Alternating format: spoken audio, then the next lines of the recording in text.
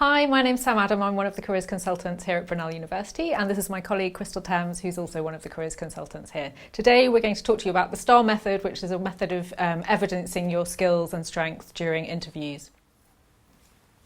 Okay, so we're going to start by having a look at a graduate job description, a graduate role job description. This happens to be for a sales role, but if you scroll your eyes down to the essential skills in the bottom third of the page, you'll see that most of the skills listed there are those that would be useful for pretty much any graduate role. We're going to be focusing today with our examples on the ability to work well as part of a team. So I'd like you to imagine now that you're going for a role that requires these essential skills, and before the interview you have to go over the skills and think about some evidence from your life that proves you have each one of them. Now, very often at graduate interviews, competency-based questions are asked to get you to reflect on your skills and provide evidence of them. So if we are looking at a teamwork example, the questions may be phrased like this. Tell me about a time when you were part of a successful team. Or give me an example of a time when you collaborated with others. Or can you think of a situation when you disagreed with someone in a team? How did you overcome that, for example?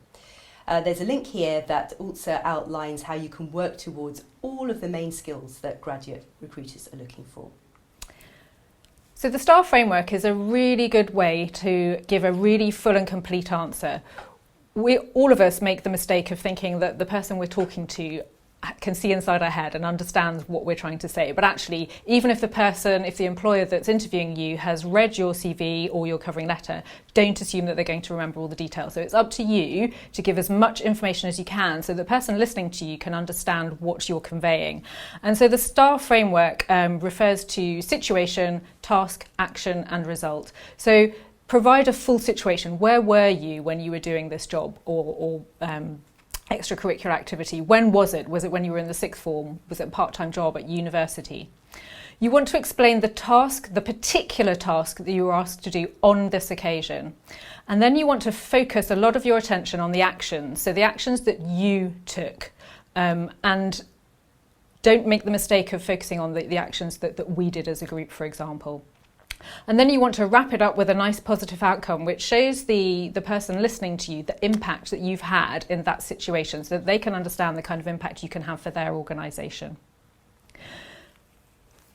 Okay, we're now going to have a look at an example of how not to do it. So I'm going to ask Sam one of those competency-based interview questions for teamwork.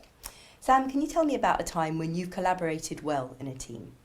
Sure. We often run campaigns on campus to promote student events, and we put adverts on social media, we send out tweets, we also talk to the marketing team, and we meet regularly for updates. Generally, it's really successful. Okay, so let's look at that. Unfortunately, Sam forgot to tell us why or when she was doing the role. She talked very generally rather than giving a specific example, and she made the mistake of using we instead of I. So even when you're describing a teamwork example, you need to own that evidence and use I throughout. Finally, there's no quantifying of the success there. To say it's generally successful is not really very helpful and objective. Okay, so this is an example of how to do it a bit better. Okay, Christel, can you tell me about a time when you've collaborated with others? This year I had a part-time job in the student events team at the Brunel University London Student Union. I had to run a campaign to promote a student concert at Brunel. I liaised between my team and the marketing department at Brunel. I put 50% of the adverts on social media and sent out all of the regular tweets. The number of people who attended the concert was up by 40% compared with the previous student concert. So you can see here the difference between the detail that Christel's given in this answer. She clearly situated where she was working and when this was. She gave a very specific information on the task that she had to complete.